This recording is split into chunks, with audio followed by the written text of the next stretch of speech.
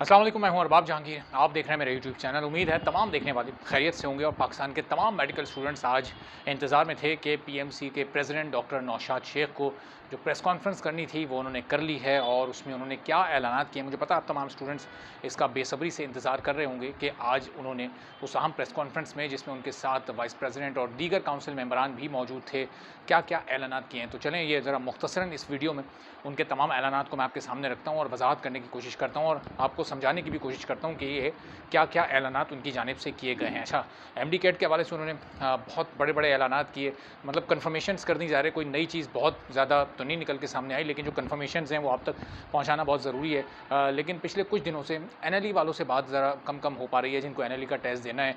तो चलें उनसे ज़रा शुरू करते हैं, चूँकि उनके हवाले से भी आज की इस प्रेस कॉन्फ्रेंस में काफ़ी कुछ था। फिर एमडी कैट के जो ऐलानात हैं उसकी तरफ भी फिर इसके बाद आते हैं।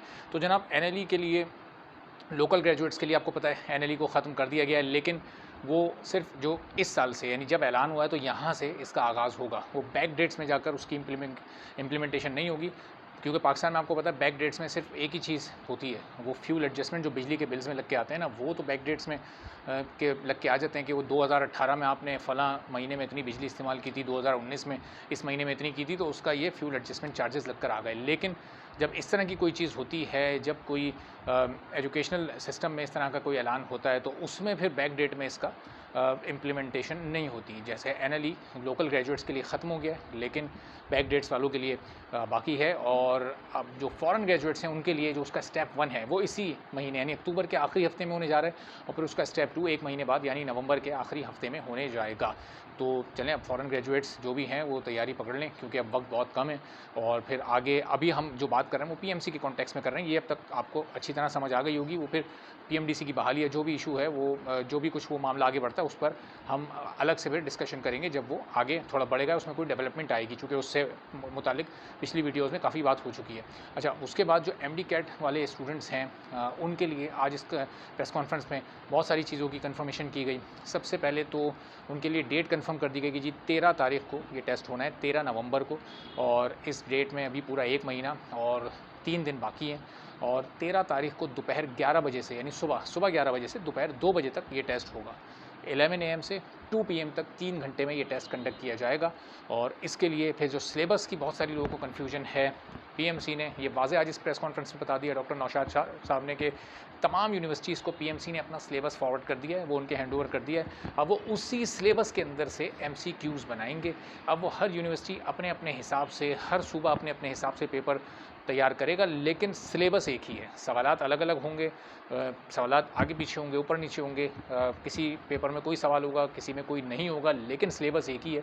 यानी उस एक सिलेबस को सब पीएमसी के सिलेबस को तैयारी कर लें, तो वो बलूचिस्तान में टेस्ट दे, वो पंजाब में दे, वो केपी में दे या सिंध में दे, उसी सिलेबस में से सवाल आना है।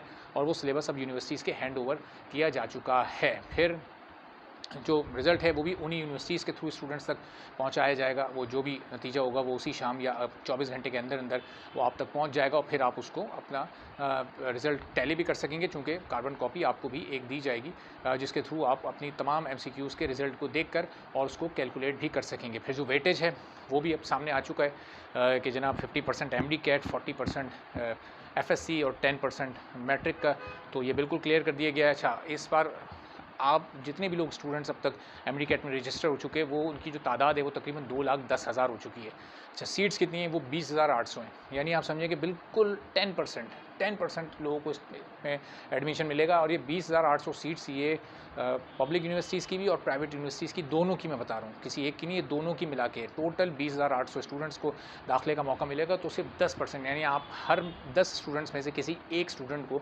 एडमिशन मिलेगा। तो आप सोच सकते हैं कि ये कंपटीशन कितना ज़्यादा टफ़ है। तो अब ये पूरी इस वक्त सूरत हाल है। और जो 1-2 चीज़ें और इम्पॉर्टेंट हैं, वो अगर आपको पूछनी हो तो आप ज़रूर पूछ लीजिएगा। और इस वीडियो में जो सबसे बेसिक, जो सबसे इम्पॉर्टेंट चीज़ें थी, ज़ाहिर है वो तो यही थी कि अब तमाम सूबे अपने अपने टेस्ट को कंडक्ट करने में आज़ाद हैं, लेकिन आज़ाद इस सेंस में है कि एक पूल उन्हें दे दिया गया, एक सिलेबस उन्हें दे दिया गया, और उसी के अंदर रहते हुए उन्हें तमाम तर जो चीज़ें हैं इससे मुतालिक वो करनी हैं। अब चलें, अब आप लोग बेहतर से बेहतर तैयारी करें और जो अगले ऐलानात पीएमडीसीएस से मुताल्लिक होते हैं तो वो जैसे ही होते हैं फिर वो भी इंशाल्लाह आपके सामने मैं रखूँगा। जो लोग अभी तक चैनल को सब्सक्राइब नहीं कर सके, चैनल को भी सब्सक्राइब कर लें ताकि ये तमाम वीडियोज़ इन्फॉर्मेशन आप तक फ़ौरी पहुँच सके और आप इससे फ़ायदा भी उठा सकें। अब इस प्रेस कॉन्फ्रेंस के जो चंद एक पॉइंट्स और रह गए वो अगली वीडियो में या जो आप सवालात पूछेंगे इंशाल्लाह उसके बाद उसको ज़रूर क्लियर मैं करता रहूँगा। तो अभी इजाज़त दीजिए। अल्लाह हाफ़िज़।